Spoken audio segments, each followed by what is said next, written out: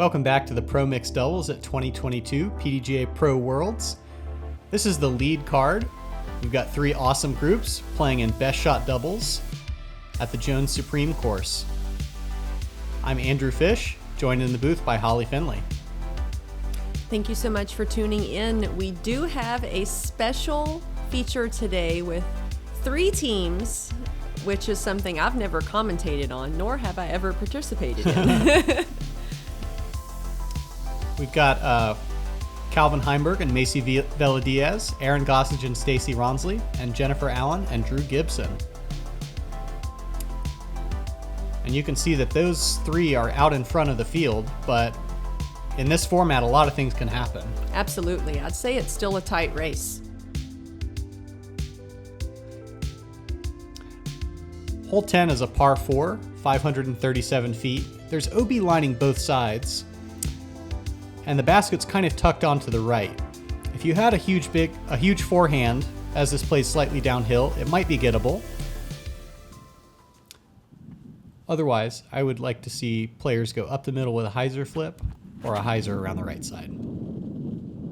One danger of this hole is if you throw it too high, the wind can get underneath the flight plate and carry it out of bounds, as we saw Macie's shot do right there. Yeah, it looked like she went fairway driver, trying to play something conservative, but just never got it quite flat or over.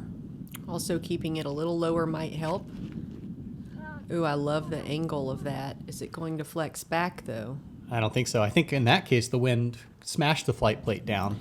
Yep, I have seen some people take the hyzer around the tree and then land more towards the middle of the fairway, which sometimes with this wind can be more favorable. Oh. As we see Stacie do just that. Very nice. Middle. I like that play. Calvin with a forehand approach, probably 180 to 200 away. That'll give his team a chance at a par save as Macie looks to putt.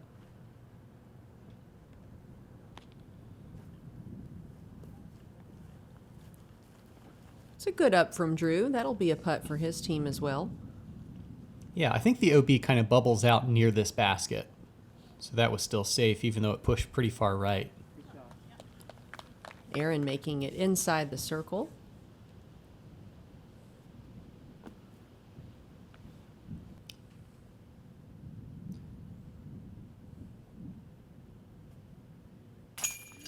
Solid putt from Macie. I like the height that started out on the putt, and it sort of died right when it got into the chains. Yeah, I don't see a whole lot of wind on that flag, so maybe she got fortunate in the timing there. And that's kind of a big par save, as you really don't want to give strokes back on this course. Good putt from Stacie. Her putt has looked great during this round. Mm-hmm.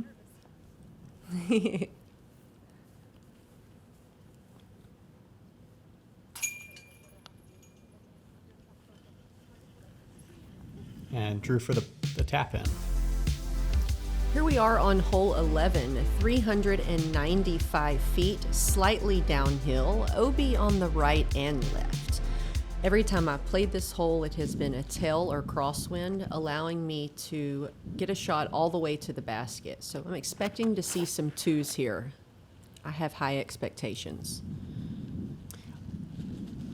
Aaron with the up and over. I did not think anyone was going to do that. Yeah, I could see pushing it wider. It seemed like he just decided to go over the trees. They might be pinned inside a pine, though.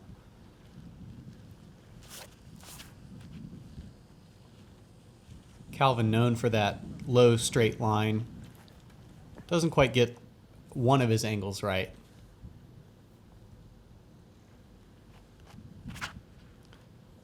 I like this play, starting on the right, letting it leak left, but that's a little harder finish. But you know what? That's a long putt. Yeah, it looks like his intention there is, get it in play, get it pin high. We'll worry about the left-right later.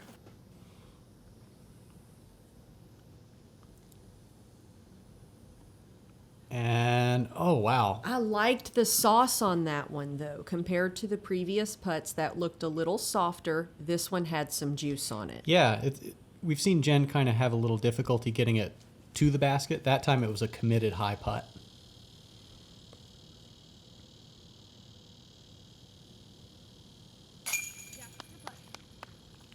And Stacie's ambitious run rewarded as Aaron taps in the par.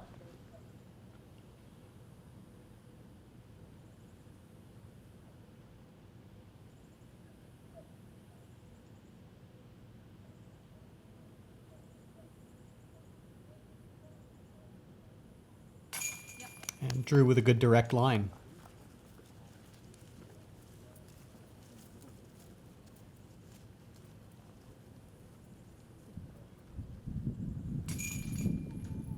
Calvin with the bag putt. Even from a couple of feet, I try not to do that. It scares me. Some players are just so casual about it. Yeah, you're right. Hole 12 plays as an island hole, only 280 feet. This one, arguably among those on the course, the most must get.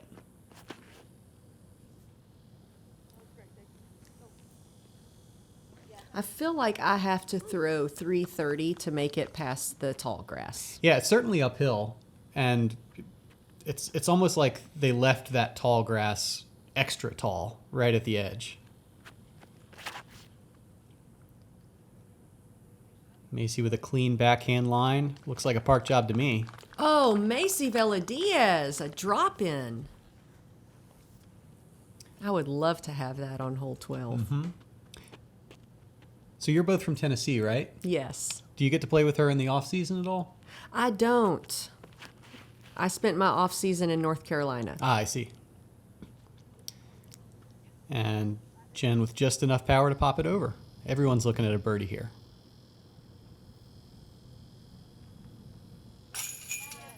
Great downhill putt from Aaron. Outside the circle, too. It seemed like he did a good job keeping his weight like forward but balanced as he attacked that. Like, nose angle is so critical on downhill runs like that. Ooh, that looked like it went out and then came back in. Yeah, one chain to save him. Thank you. One chain to rule them all. And Calvin with the easiest.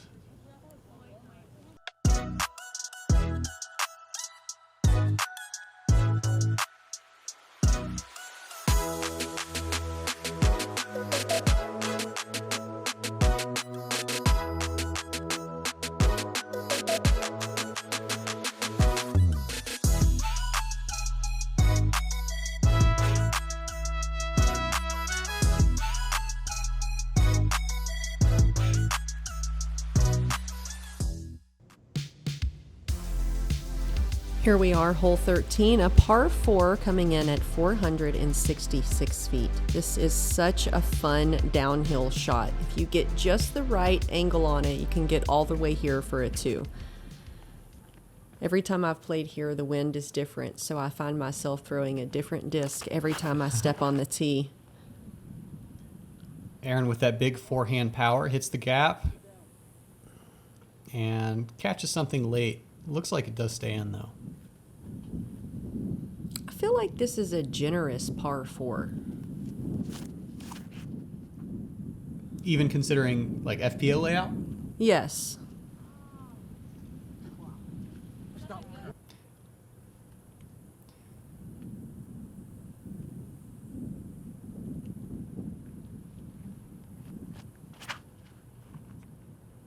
Drew going to play the hyzer flip. Not going to get the drift, though. That could run to the left side for a look. Perhaps. It depends on what the angle is. Smooth upshot from Macie.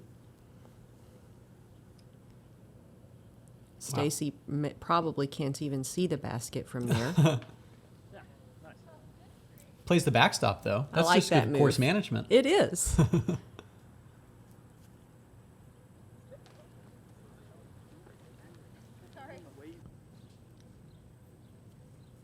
So everyone here is going to be looking at a fairly short putt for birdie.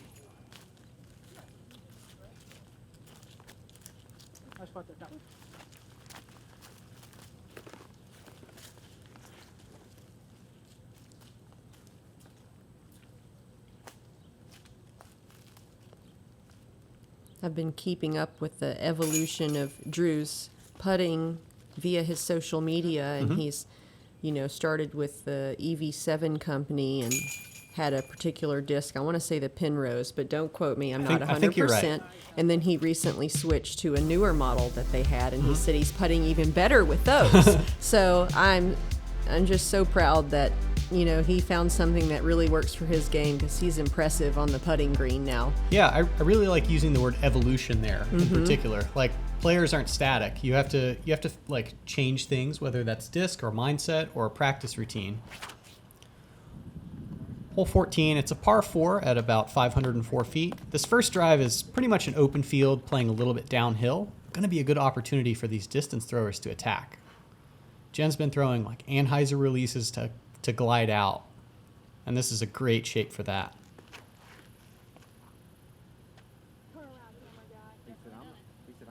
Oh, that's dropping just like it needed to. Yeah, that's going to give a little bonus opportunity. I mean, that's practically a jump putt.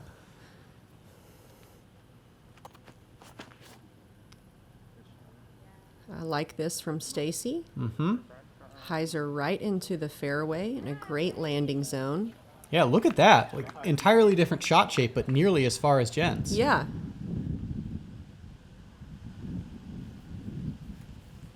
Calvin's got to do a little work on this gap shot. But a rhino to just outside bullseye.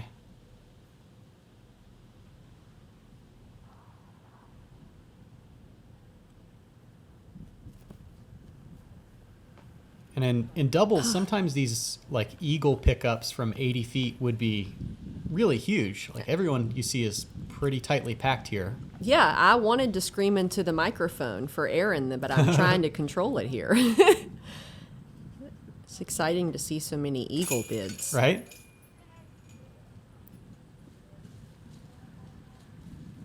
I'm a specialist at bending over to pick up my mini and missing it and doing it again and missing it. And it's pretty much my main move. What's your rating as a disc golfer, and what's your rating as a mini pickupper? I'm a 937 disc golfer and a 918 mini picker-upper. Do you start applying your rating to other things in life? Like, Absolutely. Everywhere. 1,000 rated dinner? In all aspects. Hole 15 coming in at 325 feet. You do have the road on the right, but that doesn't really come into play. The danger is the water behind the basket. So if you're going to get there for a birdie, you want to be controlled on the drive. But if you're short on the drive, you want to be controlled on the putt. Certainly. It's a hyzer shape with something pretty stable. I'd like it to be closer, but it's still a birdie putt. Yeah, something subtle about this is that the basket kind of sits on an embankment here. So if you're a little bit short, you end up a lot short just because of the slope in front of it. Oh, I love that from Drew Gibson. Park job inside the bullseye. Yeah. Jen can lean over and drop that in. That's great. If you throw it exactly basket high, you end up exactly basket high. We've seen Aaron really go to this forehand, lean on the stability of his disc. That's a birdie putt, too. Mm-hmm.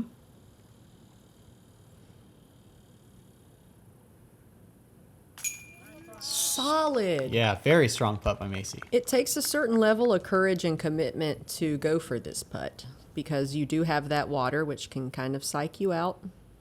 Even though it's about 30 feet behind the basket, it's still something you have to think about. Stacie making a great putt as well. And Jen with her drop-in birdie. Anything Birds for inside everyone. turbo. Yeah, it's great. Your rating is one of the most valuable things you get with a membership.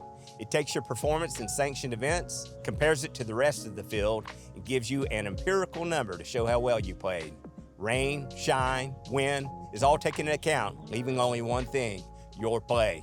This gives you accurate numbers to track how well you've been doing and your overall improvement in the game. Get your number today. Visit pdga.com/join. Hole 16. It's a par 5 to a blind landing zone. couple big OB carries here. The real challenge is going to be setting yourself up to make the second shot or third shot manageable.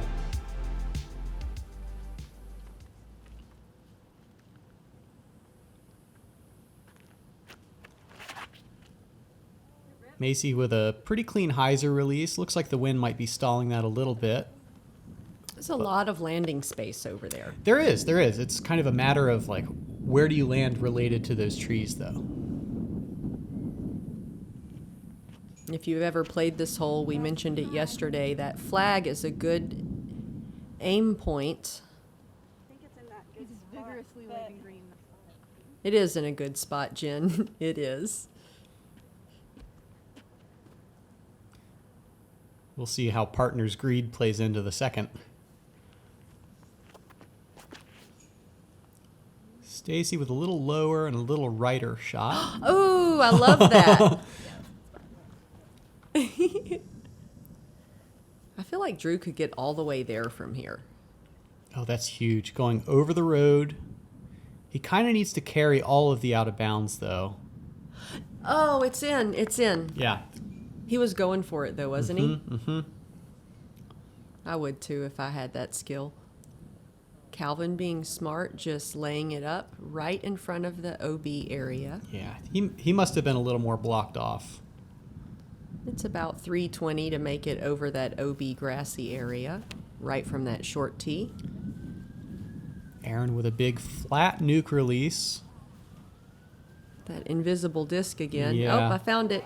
can I ask why you did it for me? Because what is that? Was that inbounds? No, it carried out of bounds, I believe. His partner was questioning.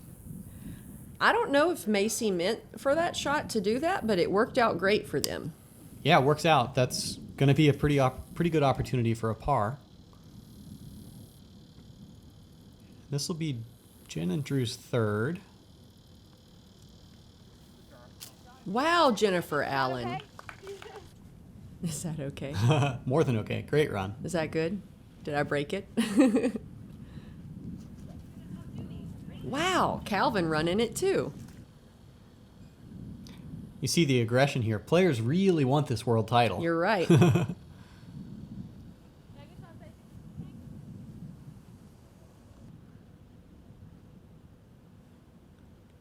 We should specify the PDGA doesn't necessarily designate this a world title. They call it mixed doubles at Pro Worlds. But if you win it, you're still going to feel like some type of world champion. Unquestionably. I would introduce myself as a mixed doubles world champion if I won the title. I'd get business cards printed. Well, I would too. Update my Facebook, my Insta, my Insist signature on Gmail. 1X. Regards, Holly Finley, mixed dubs world champ. I mean, what an honor. Yeah, and it seems like people have been taking this maybe not more seriously, but we've been putting together some really, really solid teams over the last few years. Part of that's just like the opportunity to play a competitive round on these Worlds layouts. My favorite hole on the course, hole 17, surprise, the most wooded hole here.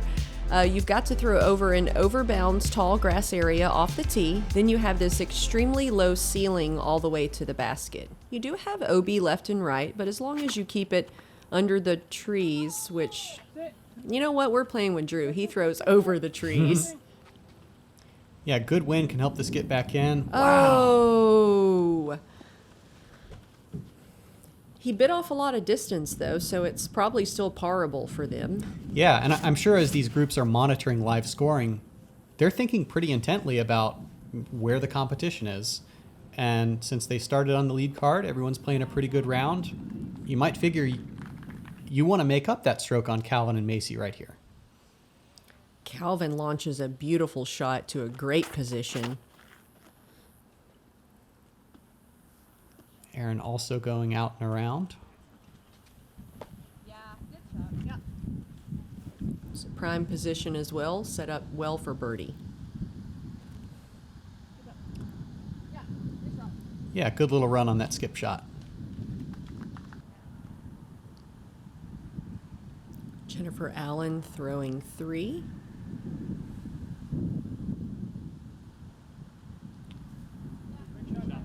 Nicely done. That makes the par tap in pretty elementary.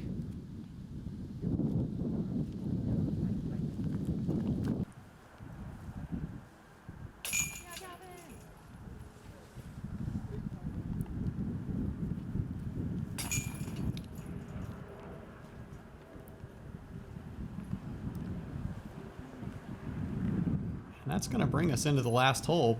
Still pretty tight at the top. Like, you got to figure that it's going to take at least a birdie to push this into a win. Hole 18, the tee shot it's all about placement. It's making sure that you get enough left to face up this gap and then throwing across an OB creek to an elevated basket perched on top of a hill. Macie Velediaz teeing off, her team with a 1-stroke lead here on the last hole. Ooh, I like the left finish on that. Yeah, that should be staring straight at the basket. Gives Calvin the opportunity to throw one of those straight shots he's known for.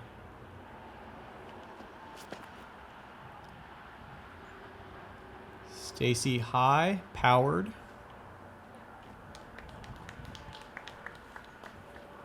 And something of an improvement there. Wow. All of these ladies have incredible distance.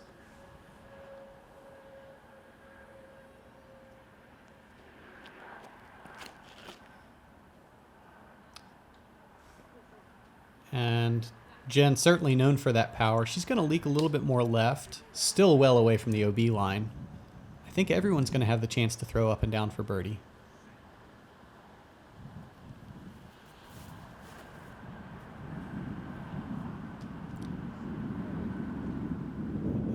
Felt like that tiny leaf clip killed a small bit of speed on the disc, but it's still a long putt. Yeah, somewhere in circle 2, it's a matter of, do they think they need it? Right. We'll see. Are other people going to park it?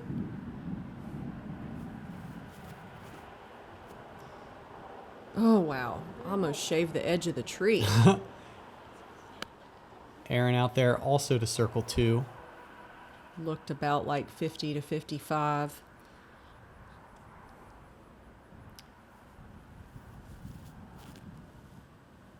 And it's a little bit hard to know exactly what the winning score has to be because this was a shotgun start. Players might not know what other teams are doing at the same time.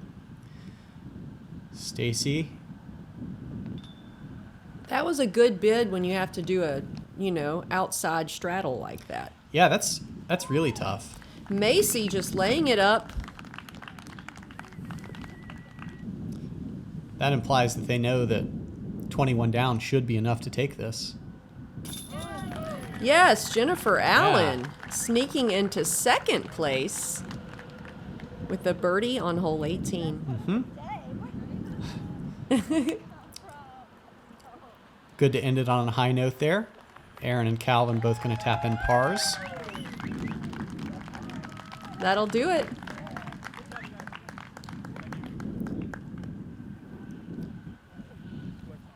Calvin Heimburg and Macie Velediaz. It's good that Macie's willing to show some emotion. Calvin's so stoic all the time. Yeah. That was the most fun I've ever had watching disc golf. Yeah, a really neat format, really fun teams, great shots. I loved having 3 groups on one card. I thought that was fun as well. We appreciate you tuning in with us this weekend for the Pro Dubs. Yeah, we congratulate Calvin and Macie for their victory in Pro Mixed Doubles. Hopefully that's also a good preview for all of those at home who are getting excited to watch the Worlds action. And we're coming to you from Emporia, Kansas. Thanks to Gatekeeper Media for having us here. I'm Holly Finley. And I'm Andrew Fish.